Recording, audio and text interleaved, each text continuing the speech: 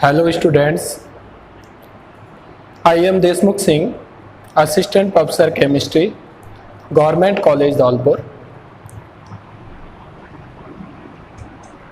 BSc part first के inorganic chemistry के कुछ वीडियोज मैं आपको यहाँ अपलोड करूँगा। टाइम टेबल के हिसाब से मुझे इनऑर्गेनिक केमिस्ट्री पढ़ाने को दिया गया है। हम यहाँ इनऑर्गेनिक केमिस्ट्री से रिलेटेड कुछ बेसिक कॉन्सेप्ट की बात करते हुए जो भी आपके सिलेबस में है उसको पढ़ने का प्रयास करेंगे।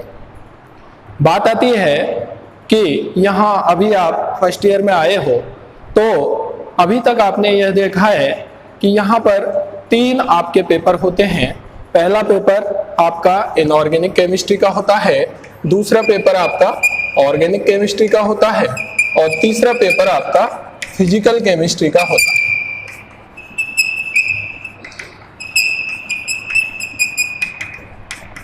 इन तीनों पेपर्स के ये 33 मार्क्स का है, ये 33 मार्क्स का है और ये 34 मार्क्स का है, तो टोटल ये 100 मार्क्स के होते हैं। उसके अलावा यहाँ प्रैक्टिकल होता है, ठीक है, तो वो 50 मार्क्स का होता है। टोटल आपके 150 मार्क्स यहाँ केमिस्ट्री में होते हैं। इनऑर्गेनिक केमिस्ट्री को हम अकार्बनिक रसायन के नाम से जानते हैं, ऑर्गेनिक केमिस्ट्री को हम कार्बनिक रसायन के नाम से जानते हैं, जबकि फिजिकल केमिस्ट्री के पेपर को हम भौतिक रसायन के नाम से जानते हैं। मैं आपको यहाँ पर इनऑर्गेनिक केमिस्ट्री के वीडियोज अवेलेबल कराऊंगा। सबसे पहले इनऑर्गेनिक केमिस्ट्री अब तक आपने जो देखा है वो ये था कि आपकी एक बुक हुआ करती थी 12th में, उसी में ही आपका इनऑर्गेनिक का पार्ट होता था, ऑर्गेनिक का होता था, फिजिकल का होता था। कॉलेज लेवल पर थोड़ा सा डिफरेंस ये है कि यहाँ पर इनऑर्गेनिक केमिस्ट्री का अलग से पेपर होता है जो कि 33 मार्क्स का है, ऑर्गेनिक का भी अलग से पेपर है वो भी 33 मार्क्स का है, फिजिकल का अलग से पेपर है वो 34 मार्क्स का है। अब हम बात करते हैं, जब हम बात कर रहे हैं इनऑर्गेनिक केमिस्ट्री की, तो यहाँ ये केमिस्ट्री जो है वो 5 यूनिट्स में डिवाइड है। वहां पर क्या होता था, आपके लेसन्स होते थे, पाठ होते थे, उन पाठों को आप वेटेज के आधार पर पढ़ते थे। यहाँ पर भी पाठ ना होकर के यूनिट्स हैं, चाहे इनऑर्गेनिक हो, चाहे ऑर्गेनिक हो, चाहे फिजिकल केमिस्ट्री हो, वहां पर टोटल आपकी 5 यूनिट्स होती हैं। तो सबसे पहले हम इनऑर्गेनिक केमिस्ट्री के सिलेबस की बात करते हैं। तो सिलेबस की जब हम बात करते हैं, पाठ्यक्रम की बात करते हैं, तो पाठ्यक्रम की बात करने में सबसे पहली बात आती है यूनिट्स की। यहाँ पर यूनिट्स की जब हम बात करते हैं तो 5 यूनिट्स यहाँ पर हैं, जिसको मैं आपके सामने शो कर रहा हूँ, जो आपके सिलेबस में है। Unit first, second, unit third और unit fourth and unit fifth और यूनिट फिफ्थ। ये 5 यूनिट में हर केमिस्ट्री, चाहे वो इनऑर्गेनिक हो, चाहे वो ऑर्गेनिक हो, चाहे वो फिजिकल हो, डिवाइड है। जब हम इनऑर्गेनिक केमिस्ट्री की बात कर रहे हैं तो उसके यूनिट फर्स्ट के 3 पार्ट्स हैं। कितने पार्ट्स हैं? 3 पार्ट्स हैं।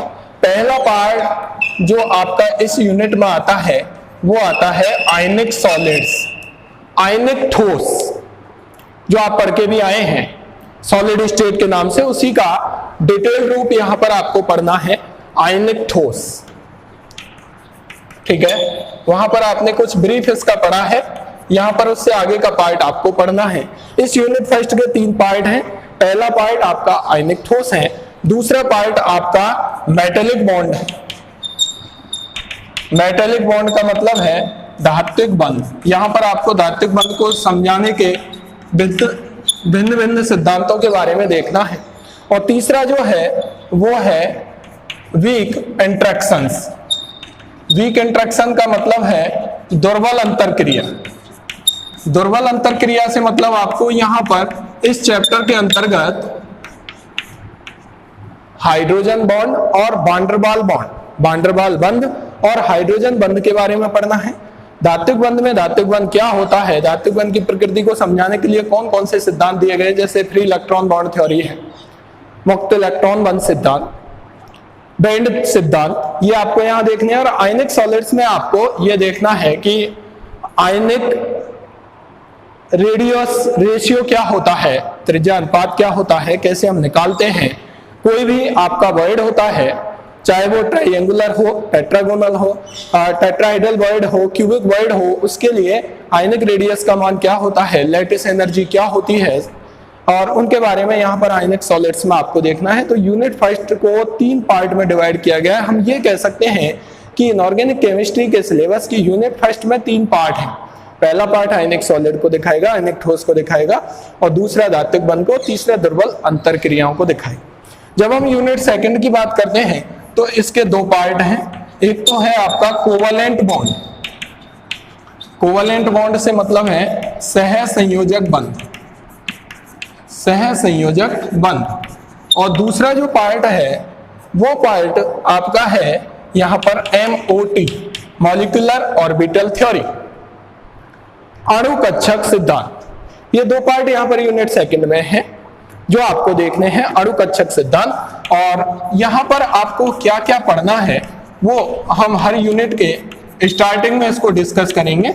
वैसे मैं यहां बता देता हूं, कोवलेंट बॉन्ड के अंतर्गत आपको यहां पर सहसंयोजक बंध क्या होता है, सहसंयोजक बंध में दिशात्मक गुण हम कैसे देखते हैं, संकरण क्या होता है, संकरण के प्रकार हमको यहाँ पर देखने हैं, वेस्पर थ्योरी क्या है उसके बारे में देखना है, उसके अनुप्रयोग क्या क्या है वो भी हमें देखना है, बॉन्ड लेंथ क्या है, बॉन्ड एनर्जी क्या है, समनाभिकीय और विषमनाभिकीय अणुओं के लिए अणुकक्षक सिद्धांत की भी हमको यहाँ बात करनी है। इस यूनिट के अंतर्गत 2 पार्ट हैं, एक कोवलेंट बॉन्ड और दूसरा MOT।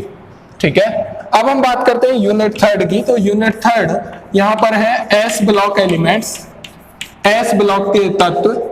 यहां पर आपको वर्ग, आप सभी जानते हो, वर्ग 1 और वर्ग 2 जो हमारी आधुनिक आवर्त सारणी है उसके तत्वों को हम S ब्लॉक के तत्व कहते हैं, जिसमें से वर्ग 1 के तत्व हमारे क्षारीय धातु कहलाते हैं, जबकि वर्ग 2 के तत्व हमारे क्षारीय मृदा धातु कहलाते हैं। उनकी डिटेल स्टडी हमको यहाँ करनी है, जो आप लास्ट क्लासेस में भी करके आए हैं, पर यहाँ पर उनका और भी डिटेल्ड आपको पढ़ना है। दूसरा है हमारा P ब्लॉक एलिमेंट्स, और P ब्लॉक एलिमेंट्स आप सभी जानते हैं कि जो हमारी मॉडर्न पीरियोडिक टेबल है, आधुनिक आवर्त सारणी है, उसमें वर्ग 13 से लेकर के वर्ग 18 के तत्वों को हम P ब्लॉक एलिमेंट्स के अंतर्गत रखते हैं। तो वहां पर उनकी कुछ कैरेक्टरिस्टिक प्रॉपर्टीज हमको देखनी है, कुछ क्राइटेरिया हमको देखने हैं जिनके अंतर्गत हमें स्टडी करनी है। यूनिट 4 की जब हम बात करते हैं वो भी 2 पार्ट में डिवाइड होती है। तो पहला पार्ट होता है हमारा some molecules of P block elements. P block elements के द्वारा जो कुछ मॉलिक्यूल्स बनाए जाते हैं उनकी स्ट्रक्चर्स हमको यहाँ पर देखनी है। बोरेन्स के बारे में स्टडी करनी है, बोरेन्स क्या होते हैं, हायर बोरेन्स क्या होते हैं, अकार्बनिक बेंजीन क्या होती है, उसके बारे में हमको यहाँ पर देखना है। और दूसरा है हमारा chemistry of noble gases. Chemistry of noble gases भी आप पढ़ के आए हैं। केमिस्ट्री ऑफ नोबल गैसेस से मतलब है उत्कृष्ट गैसों का रसायन। आप सभी जानते हैं कि वर्ग 18 के तत्वों को हम उत्कृष्ट गैस, अक्रिय गैस, निष्क्रिय गैस के नाम से जानते हैं। उनका रसायन क्या है, यहाँ पर हमें जीनोन के फ्लोराइड्स, ऑक्सीफ्लोराइड्स और ऑक्साइड्स की मुख्यतः बात करनी होती है कि जीनोन के फ्लोराइड्स क्या हैं, जीनोन के ऑक्साइड्स क्या हैं, जीनोन के ऑक्सीफ्लोराइड्स क्या हैं। तो यूनिट 4 भी हमारी 2 पार्ट में डिवाइड है। पहला पार्ट आपको P ब्लॉक एलिमेंट्स के कुछ कंपाउंड्स, कुछ मॉलिक्यूल्स के बारे में, जहां पर आपको बोरेन्स, फास्फोरस से रिलेटेड फॉस्फाजीन्स के बारे में देखना है। और दूसरा हमारा केमिस्ट्री ऑफ नोबल गैस, उत्कृष्ट गैसों के रसायन में आपको जीनोन की मुख्यतः स्टडी करनी है। 5वीं जो यूनिट है वो भी 2 पार्ट में डिवाइड है। एक आपका पार्ट है न्यूक्लियर केमिस्ट्री, और न्यूक्लियर केमिस्ट्री से मतलब है हम बात करेंगे वहां न्यूक्लियस की। न्यूक्लियस में क्या क्या होता है, कैसे न्यूक्लियस का फॉर्मेशन होता है, कौन कौन से एटम्स या हम बात करें कौन कौन से फोर्स उस न्यूक्लियस में जो भी एटम्स होते हैं उनको बाइंड अप करने का कार्य करते हैं। और दूसरा हम पढ़ेंगे यहाँ पर रेडियो केमिस्ट्री। रेडियो केमिस्ट्री में आपको देखना है रेडियो रसायन। रेडियो रसायन से मतलब आपने एक प्रॉपर्टी पढ़ी है रेडियो एक्टिविटी, जिसे हम बोलते हैं रेडियो एक्टिवता। वो यह बताती है कि कोई भी आपका मॉलिक्यूल है वो सेल्फ ही डिसोसिएट हो जाता है, डिफरेंट प्रकार के विकिरणों का उत्सर्जन करता है, उन्हें हम बोलते हैं अल्फा विकिरण, बीटा विकिरण, गामा विकिरण। तो इस तरीके से आपका ये इनऑर्गेनिक केमिस्ट्री जो कि 33 मार्क्स का है, वो 5 यूनिट्स में डिवाइड है। और इन 5 यूनिट्स की जब मैं बात कर रहा हूं तो यूनिट फर्स्ट के कितने पार्ट हैं? 3 पार्ट हैं। पहला पार्ट आयनिक ठोस को, दूसरा पार्ट मेटेलिक बॉन्ड को, तीसरा वीक इंटरेक्शन। यहाँ पर वीक इंटरेक्शन में आपको पढ़ना है हाइड्रोजन बंध और वान डेर वाल्स बंध के बारे में। यूनिट सेकंड के 2 पार्ट हैं, जिसमें से पहला पार्ट आपको कोवेलेंट बॉन्ड के बारे में देखना है, दूसरा पार्ट आपको MOT के बारे में देखना है, जिसे हम बोलते हैं molecular orbital theory. Unit third जो है उसके भी 2 पार्ट हैं, यूनिट फिफ्थ के भी 2 पार्ट, फोर्थ के भी 2 हैं और फिफ्थ के भी 2 हैं। तो इस तरीके से हम कह सकते हैं टोटल जो आप इनऑर्गेनिक केमिस्ट्री की 5 यूनिट्स के अंतर्गत यदि हम लेसन्स की बात करें तो 3 + 2 5 + 2 7 + 2 9 + 2 11 चैप्टर्स यहाँ पर इंक्लूड किए गए। ये तो बात हुई सिलेबस की। हम हर यूनिट को अलग अलग लेंगे और यूनिट वाइज हम यहाँ ये डिस्कस करेंगे कि किस किस चैप्टर या किस किस यूनिट में आपको क्या क्या पढ़ना है। अब बात करते हैं हम पेपर की कि पेपर में क्या होता है। पेपर की जब हम बात करते हैं तो देखिए अभी तो कोरोना पेंडेमिक चल रहा है, तो यूनिवर्सिटी ने कुछ सिलेबस को कम करने का ट्राई किया है, बशर्ते इसमें यूनिट्स तो 5 ही रहेंगी, लेकिन इस यूनिट के पार्ट में से कुछ को हटा दिया जाएगा, कुछ को इसमें से हटाएंगे, कुछ को इसमें से हटाएंगे, ऐसा आया है। फाइनली नोटिफिकेशन अभी नहीं आया है। पेपर की जब हम बात करते हैं कि मान लीजिए जो इनऑर्गेनिक केमिस्ट्री का पेपर होगा, उस पेपर में टोटल आपके 10 क्वेश्चंस आते हैं। टोटल कितने क्वेश्चंस आते हैं? 10 क्वेश्चंस आते हैं। हर यूनिट से आपको 2 क्वेश्चंस आते हैं, हर यूनिट से। ये यूनिट है इससे 2 क्वेश्चन मिलेंगे, ये यूनिट है इससे संबंधित 2 क्वेश्चन आएंगे, ये यूनिट है इससे संबंधित 2 क्वेश्चन आएंगे। दैट मीन्स आपकी कितनी यूनिट है? टोटल यूनिट कितनी है? टोटल यूनिट कितनी है? 5। और हर यूनिट से हर यूनिट से कितने क्वेश्चन आएगा? 2। तो टोटल क्वेश्चन कितने हो गए? 10। आपको अटेंड करने होते हैं, अटेम्प्ट करने होते हैं कितने? 5 क्वेश्चंस। हर यूनिट में से 1 क्वेश्चन अटेम्प्ट करना होता है। जैसे यूनिट फर्स्ट के 2 क्वेश्चन आएंगे, आपको इसमें से 1 क्वेश्चन अटेम्प्ट करना होगा। हर क्वेश्चन का लगभग वेटेज जो होता है वो 6.5 मार्क्स के बराबर होता है पर क्वेश्चन। एक क्वेश्चन 6.5 नंबर का होता है, उस हिसाब से 6.5 नंबर के क्वेश्चन में कई पार्ट भी हो सकते हैं, 2 पार्ट हो सकते हैं, 3 पार्ट हो सकते हैं, 1 पार्ट हो सकता है। तो जब हम पेपर की बात करते हैं, इनऑर्गेनिक केमिस्ट्री का पेपर किस तरीके का आता है, जब हमने सिलेबस को देख लिया, सिलेबस हमारा 5 यूनिट्स में डिवाइड है, उस यूनिट में कितने कितने पार्ट हैं वो हमने देख लिया। उसके बाद हम बात करते हैं किसकी? पेपर की। तो जब हम पेपर की बात करते हैं, जो पेपर हमारा आता है उसमें टोटल 10 क्वेश्चन होते हैं, हर यूनिट से 2 क्वेश्चन आते हैं। आपको हर यूनिट से 1 क्वेश्चन करना होता है। हर यूनिट से जब आप 1 क्वेश्चन करेंगे तो टोटल 10 क्वेश्चन आएंगे, उनमें से आपको कितने अटेम्प्ट करने होते हैं? 5 क्वेश्चन अटेम्प्ट करने होते हैं। 1 क्वेश्चन लगभग 6.5 मार्क्स का होता है। तो उस हिसाब से आपके लगभग 33 नंबर, पूरे जो 33 नंबर होते हैं वो इन 5 क्वेश्चंस में डिवाइड होते हैं। ये तो बात हुई हमारे इनऑर्गेनिक केमिस्ट्री को शुरू करने से पहले आपको थोड़ा सा ये बताना था। यहाँ पर जब हम प्रैक्टिकल की बात करते हैं तो वो भी 50 मार्क्स का होता है। प्रैक्टिकल इनऑर्गेनिक केमिस्ट्री से रिलेटेड भी होता है, ऑर्गेनिक से भी होता है, फिजिकल से भी होता है, रिकॉर्ड अलग होता है, वाइवा अलग होता है। तो ये तो कुछ फ्रेमवर्क था जो मैंने आपको बताया कि इनऑर्गेनिक केमिस्ट्री में आपको क्या स्टडी करना है और कैसे स्टडी करना है। पेपर की बात भी मैंने आपके सामने रखी है, सिलेबस की बात भी मैंने आपके सामने रखी है। अब हम स्टार्ट करते हैं यूनिट सेकंड, जिसका नाम है कोवैलेंट बॉन्ड। तो जब हम बात करते हैं किसकी? यूनिट सेकंड की, जिसका नाम मैंने अभी आपको बताया, क्या? Covalent bond. यूनिट सेकंड, इसके 2 पार्ट हैं। एक पार्ट है आपका कौन सा? कोवैलेंट बॉन्ड, जिसे हम बोलते हैं सहसंयोजक बंध, और दूसरा पार्ट है आपका MOT, मॉलिक्यूलर ऑर्बिटल थ्योरी। अब पहले हम ये देखें इस यूनिट में हमें पढ़ना क्या क्या है।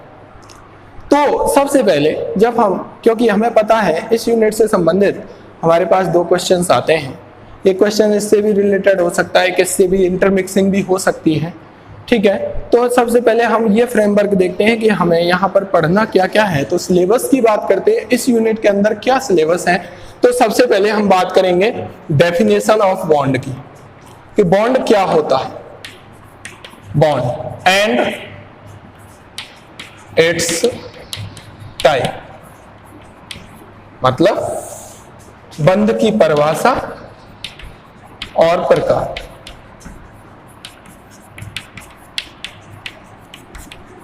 उसके बाद हमें बात करनी है, ये तो पहला पॉइंट हो गया जो हमें यहां पर पढ़ना है, मैं हिंदी में ही लिख देता हूं। सह संयोजक जो बंध होता है उसमें दिशात्मक गुण, सह संयोजक बंध में दिशात्मक गुण, इस पर शॉर्ट नोट आता है, इंपॉर्टेंट होता है कि जो सह संयोजक बंध बनता है उसमें दिशात्मक गुण किस तरीके से हम एक्सप्लेन करते हैं, यहाँ पर हम स्पष्ट करते हैं। यहाँ पर हम सिग्मा और पाई बॉन्ड की बात करेंगे और हम ये भी देखेंगे सह संयोजक बंध बनता कब है। तीसरा जो पॉइंट हमें यहाँ पर देखना है वो देखनी है बीबीटी। बीबीटी से मतलब है संयोजकता बंध सिद्धांत, ये पढ़ना है आपको और मुख्यतः वो हाइड्रोजन के लिए पढ़ना है। संयोजकता बंध सिद्धांत किसके लिए? हाइड्रोजन के लिए मुख्यतः आपको पढ़ना है। और एवं इसकी कमी, अगला इसमें क्या है, इसकी कमियां क्या है, इसमें क्या क्या कमियां रह गई वो आपको यहाँ पर देखनी है। अगला जो हमें यहाँ पर टॉपिक इस यूनिट में पढ़ना है, मैं बता रहा हूँ आपको इस पूरी यूनिट को, तो यहाँ पर आपको पढ़ना है संकरण और उसके प्रकार, संकरण एवं इसके प्रकार। वैसे आप पढ़ के आए हैं, आपने पढ़ा होगा संकरण क्या होता है, संकरण के नियम होते हैं, और हम किसी भी मॉलिक्यूल में कोई भी अणु होता है उसमें केंद्रीय परमाणु का संकरण किस प्रकार से ज्ञात करते हैं, कौन कौन से प्रकार का संकरण होता है, sp, sp2, sp3, dsp2, dsp3, sp3d, sp3d2, d2sp3 and sp3d3, ये आपने पढ़े हैं। अब हम बात उसके बाद इस यूनिट के अंतर्गत पहले हम बंध की परिभाषा एवं प्रकार पढ़ेंगे, फिर हम सहसंयोजक बंध में दिशात्मक गुणों की बात करेंगे, उसके बाद हमें बीबीटी वैलेंस बॉन्ड थ्योरी, संयोजकता बंध सिद्धांत और उसकी कमियों की बात करनी है, उसके बाद हम संकरण और इसके प्रकारों की बात करेंगे, फिर हम पढ़ेंगे BSEPR थ्योरी। यह है हमारा बेस पर valence shell electron pair repulsion theory, संयोजकता बंध इलेक्ट्रॉन युग्म प्रतिकर्षण सिद्धांत, इसकी हमको बात करनी है। और इसकी बात करने के बाद एवं इसके उपयोग, इसके अनुप्रयोगों की बात करनी है कि इसके अनुप्रयोग क्या क्या हो सकते हैं, कुछ मॉलिक्यूल्स की स्ट्रक्चर और ज्योमेट्री, ज्यामिति और संरचना को हमें यहाँ पर एक्सप्लेन करना है। फिर हमें पढ़ना है किसके बारे में, MOT मॉलिक्यूलर ऑर्बिटल थ्योरी, अणुकक्षक सिद्धांत किसके लिए, समनाभकीय। समनाभकीय का मतलब ऐसे अणु जिनका निर्माण दो एक ही प्रकार के नाभिकों के द्वारा होता है, एवं विषम नाभिकीय अणुओं के लिए अणुकक्षक आरेख, विषम नाभिकीय अणुओं के लिए MOT पढ़ना आपने पढ़े होंगे, जैसे H2, ठीक है, उसके लिए MOT डायग्राम कैसे हम स्केच करते हैं। विषम नाभिकीय, यहाँ पर नया कॉन्सेप्ट आएगा जहां पर आपको CO के बारे में, NO के बारे में आपको अणुकक्षक सिद्धांत पढ़ना है। उसके बाद हमें बात करनी है यहाँ पर बंध सामर्थ्य, बॉन्ड स्ट्रेंथ एवं बंध लंबाई, बॉन्ड एनर्जी, बंध ऊर्जा मान लीजिए, बंध ऊर्जा और बंध सामर्थ्य की हमको यहाँ पर बात करनी है। फिर हमें यहाँ पर इस यूनिट में पढ़ना है क्या, द्विध्रुव आघूर्ण क्या होता है, क्या इसकी इकाई होती है, और हम द्विध्रुव आघूर्ण की गणना कैसे करते हैं, किसी भी अणु में द्विध्रुव आघूर्ण होगा या नहीं, वो अणु ध्रुवीय होगा या अध्रुवीय होगा, वो हमको यहाँ देखना है। और प्रतिशत आयनिक लक्षण, हमको किसी भी बंध में कितने प्रतिशत आयनिक लक्षण हो सकते हैं, क्योंकि अभी जब आप पढ़ोगे प्रतिशत आयनिक लक्षण की गणना करना, ठीक है। कोई भी बंध ना तो 100% आयनिक होता है, ना ही 100% सहसंयोजक होता है। किसी भी सहसंयोजक बंध में कुछ ना कुछ आयनिक लक्षण होते हैं, किसी भी आयनिक बंध में कुछ ना कुछ मात्रा में सहसंयोजक लक्षण होते हैं। तो किसी सहसंयोजक बंध में कितने प्रतिशत आयनिक लक्षण होंगे, उसकी गणना हम किस तरीके से करते हैं, वो भी इस यूनिट के अंतर्गत आपको पढ़ना है। उसके अलावा आपको B2S6 जिसे हम बोलते हैं डाइबोरेन की संरचना और एल्किल लिथियम एवं एल्किल लिथियम की संरचना पढ़ें। एल्किल लिथियम RLI टेट्रामर के रूप में पाया जाता है। टेट्रामर का मतलब 4 अणु इसके जुड़ते हैं, किस तरीके से जुड़ते हैं ये आपको इस यूनिट के अंतर्गत इन दोनों चैप्टर्स में पढ़ना है।